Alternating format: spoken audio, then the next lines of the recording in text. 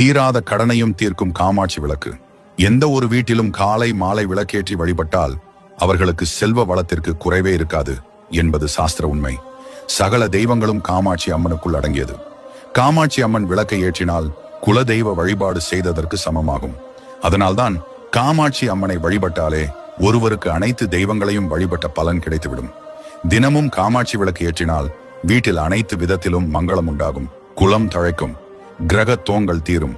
காலை பிரம்ம முகூர்த்தத்தில் விளக்கேற்றி வழிபட்டால் அம்மனின் பூரண அருள் கிடைக்கும். விளக்கை பொதுவாக கிழக்கு நோக்கி ஏற்றுவது நல்லது என்கிறார்கள்.